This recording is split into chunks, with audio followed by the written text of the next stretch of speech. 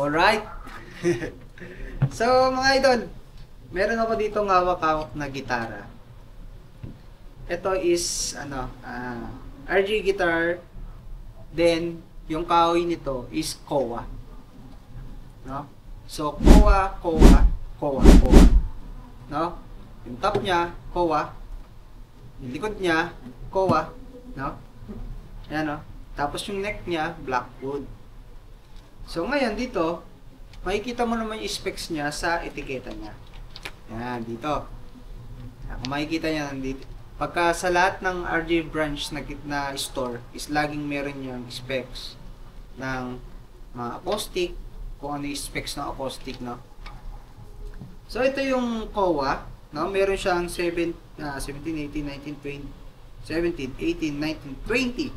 No? Meron siyang 20 frets. Yan, no? Ganda. Tapos, yung neck shape nito, naka V-neck. Naka V-neck to.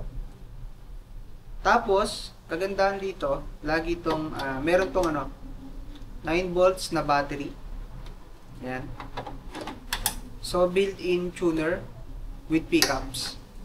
No? So, meron tong bass, mid, treble. Tapos, bukod doon, meron tong pacer. Yan, sa pickup niya. Meron din tong lagyanan na ng strap. Ready na to. Naka-ready na. Ohawu. Ang pangalan nito, Ohawu. No? So, makikita nyo naman sa grind ng kahoy is diretso. Mga diretso. So, yan yung koa. Kapatunogin natin mga idol. Tingnan nyo muna yung ito yung mga lining niya sa gilid. Kakaiba, no? Ganda. Ibang klase to. Lalo na meron pa nitong version na yung mahogany. Ganda yung mahogany. Saka ito maganda rin naman to, pero depende pa rin sa nakikinig, sa gusto niya or sa gusto mo, no? Sa gusto mong tunog. Depende. Mas maganda kung mapapanood mo itong video ko is naka-headphones ka. Kasi para mas marinig mo yung tunog ng gitara.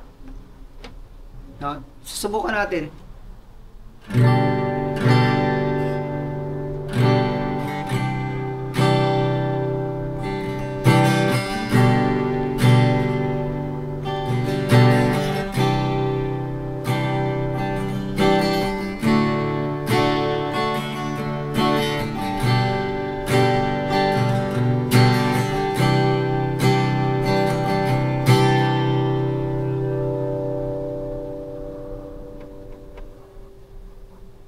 Mahaba yung sustain mga idol.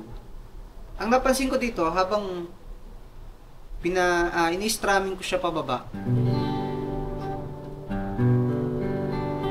ramdam ko yung bass nung strings. Tapos, meron siyang kalansing. Sabi kasi nila sa akin, or sabi ng iba, or sabi rin ng ibang kulong, kumbaga medyo kulong yung tunog, no? Then, sa akin ito, parang okay din naman.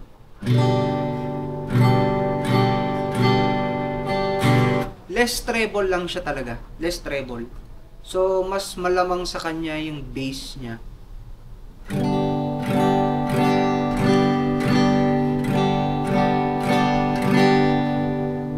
Diba?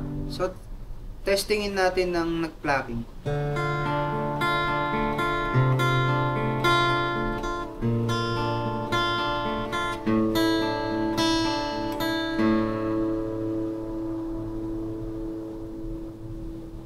Ayos. Haba ng sustain.